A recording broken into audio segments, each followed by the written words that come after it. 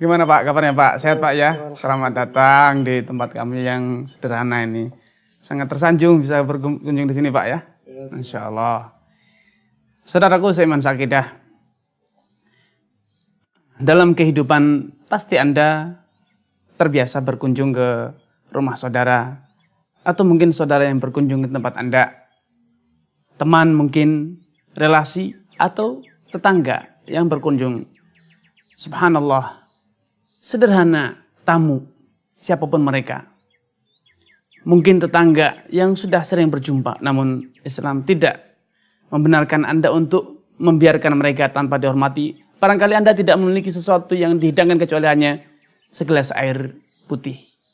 Namun bila itu memang yang Anda punya, silahkan dihidangkan. Bahkan Rasulullah SAW telah menjadikan apa yang Anda lakukan dalam rangka menghormati tamu, itu bagian dari iman Anda. Rasul mengatakan, "Man kana yu'minu billahi wal yawmil akhir, falyukrim dhaifah." Barang siapa yang beriman kepada Allah dan hari akhir, maka sudah sepatutnya bila ia menghormati tamunya.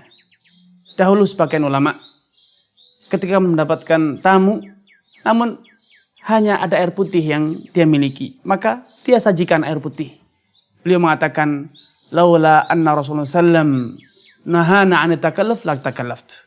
Kalaulah bukan karena Rasulullah sallam telah melarang kita untuk berbuat takalluf, memaksakan diri, niscaya aku akan memaksakan diri dengan berhutang agar bisa menghidangkan sesuatu untuk tamuku. Namun itu tidak diterima dalam Islam, tidak direstui oleh Rasulullah sallam. Karenanya sambutlah tamu Anda dengan apa yang Anda miliki tanpa harus memaksakan diri berhutang, apalagi menjual-jual barang Anda. Dalam Al-Quran kita dapatkan kisah-kisah bagaimana bahkan para nabi menghormati tamunya. Ibrahim alaihissalam, ketika kedatangan tamu, para malaikat yang menjelma dalam wujud manusia, Ibrahim segera masuk ke dalam rumah. Faragha ila ahli faja'a bi'ijlin hanith. Ibrahim segera masuk ke dalam rumahnya dan segera mengambil sebilah pisau untuk menyembelih fi'ijlin, anak sapi. Dia sembelih, kemudian dia hidangkan, dia masak dalam secepatnya, kemudian dia hidangkan kepada tamunya dalam wujud ijlin hanith, daging sapi atau anak sapi yang telah dipanggang di atas bara api, yang di atasnya diletakkan batu sehingga dipanggang dengan api yang kecil sehingga matangnya merata dan terasa lebih lezat.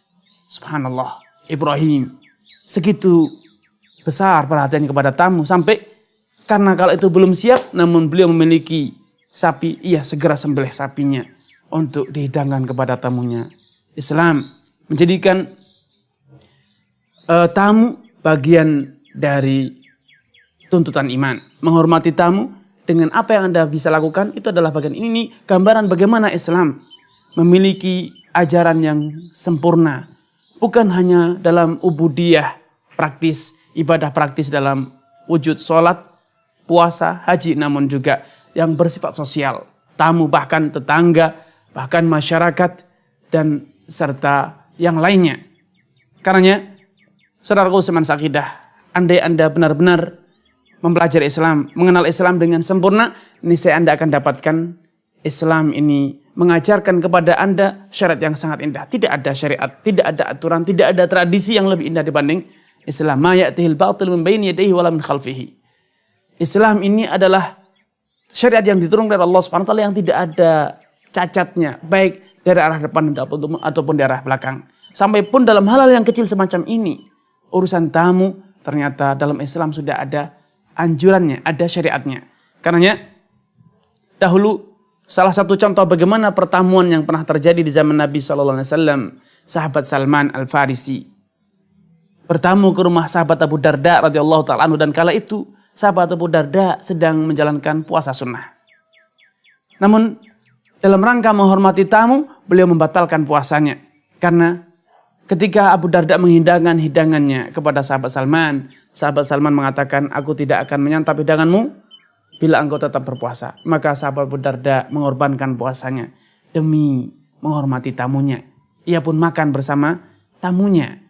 Dikorbankan puasa sunnahnya demi menjaga perasaan tamu. Karena tentu Tamu tidak nyaman bila ia makan seorang diri sedangkan tuan rumah diam 1000 bahasa, tidak ikut makan, tidak ikut mencicipi hidangan yang diberikan.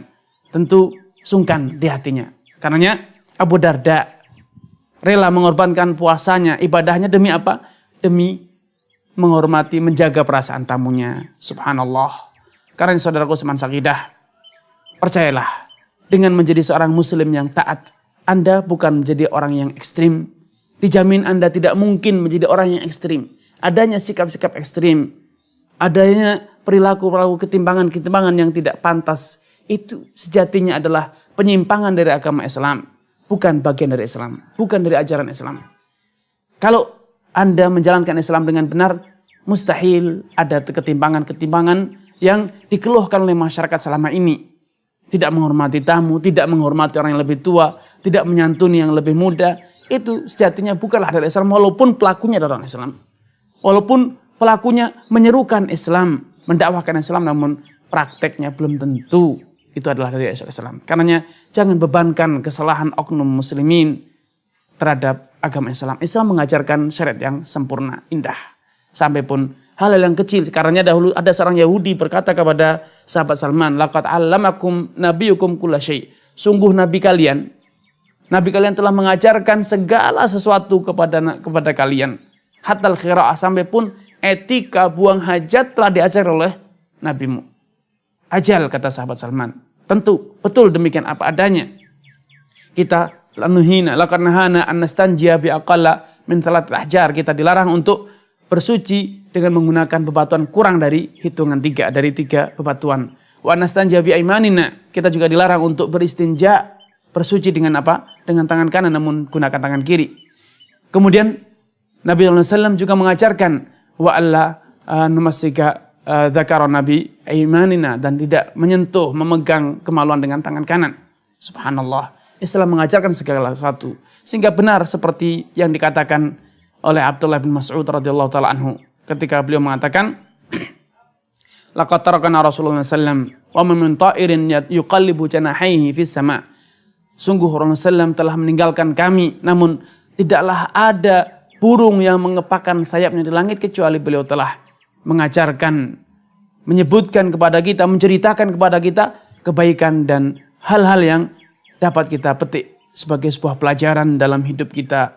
Karenanya marilah kita berupaya mempelajari Islam dengan baik, kemudian berupaya untuk mengamalkannya dan juga menyerukannya kepada masyarakat. Sehingga Islam yang merupakan rahmatan lil alamin, pembawa rahmat bagi alam semesta ini, dapat terwujud dan dapat dirasakan oleh semua orang.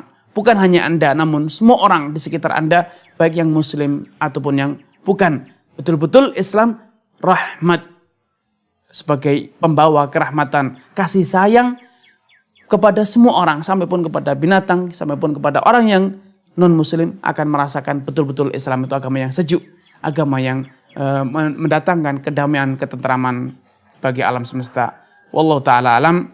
Wassalamualaikum warahmatullahi wabarakatuh.